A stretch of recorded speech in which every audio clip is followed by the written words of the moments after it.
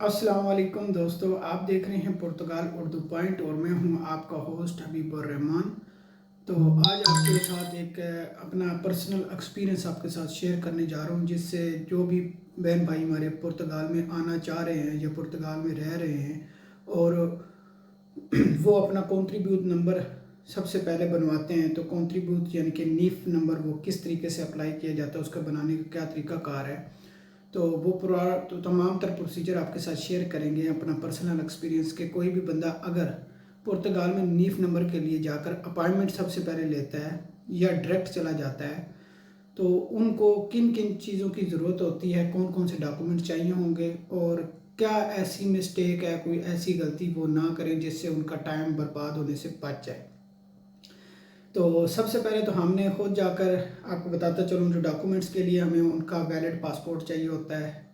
उसके बाद आपको अपना आईडी कार्ड जिसके ऊपर इंग्लिश में एड्रेस लिखा हो पाकिस्तान वाला, आपका वो चाहिए होता है। आपको जीमेल आईडी चाहिए होती है आपकी, और आपका टेलीफोन नंबर चाहिए होता है पुर्तगाल का।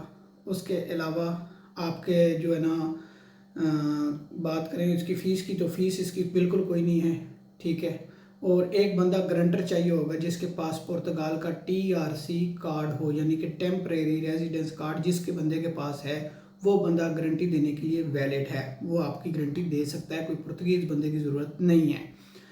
तो हमने फिर उसके बाद अपॉइंटमेंट ली है तरोफ़ा की। हमें किसी ने बोला था कि तरोफ़ा में आप डायरेक्ट चले जाएं तो आपका बाई हैंड ही काम हो जाएगा। तो हम सुबह सुबह 9 बजे वहाँ पे पहुँच गए तरोफ़ा।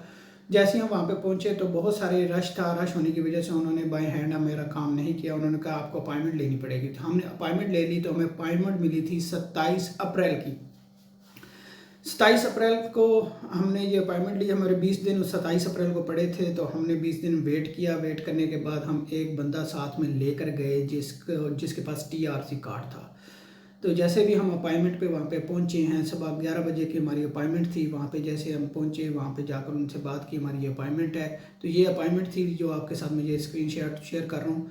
तो ये हमें अपॉइंटमेंट उनको दिखाई, ठीक है। तो उन्होंने हमें अंदर बुला लिया, अंदर गए, बैठे, इंतज़ार किया। हमें उन्होंने कैश अपना काउंटर पे बुलाया। जैसे ही हम काउंटर पे गए तो उन्होंने पासपोर्ट मांगा, पासपोर्ट दिया, आईडी कार्ड मांगा, आईडी कार्ड दिया। उन्होंने डाटा एंटर करना शुरू कर दिया। गारंटर का कार्ड मांगा, गारंटर का कार्ड दिया।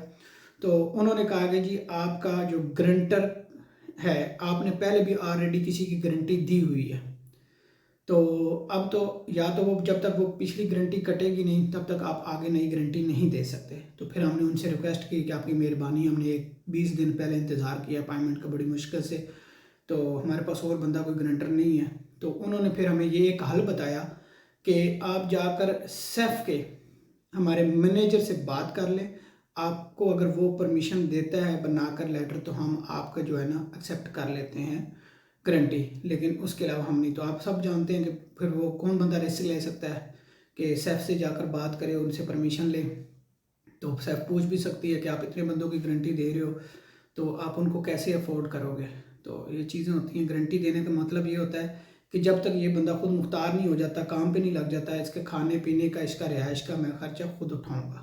वो 6 महीने के बाद आपको गारंटी कटवानी होती है। 6 महीने से पहले भी कटवा सकते हैं जब आप काम पे लग जाएं।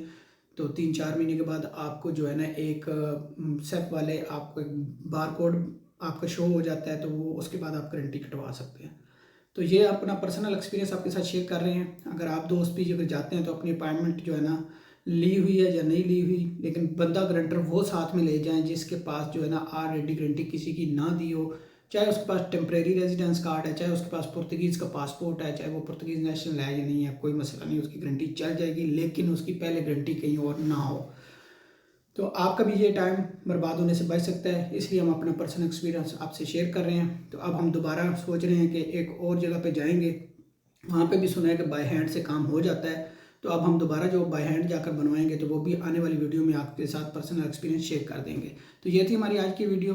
अगर आज की वीडियो हमारी पसंद आई हो तो इसको लाइक कर दें, साथ फ्रेंड्स फैमिली के साथ शेयर कर दें जो पुर्तगाल में आना चाहते हैं। तो उसके अलावा ये है कि अगर आपको कोई मसला है, कोई प्रॉब्लम हो, तो आप हमें कमेंट बॉक्स में अपना ज़रूर बता सकते हैं। इंशाल्लाह उस टॉपिक के ऊपर भी हम वीडियो बना देंगे। अल्लाह हाफिज़।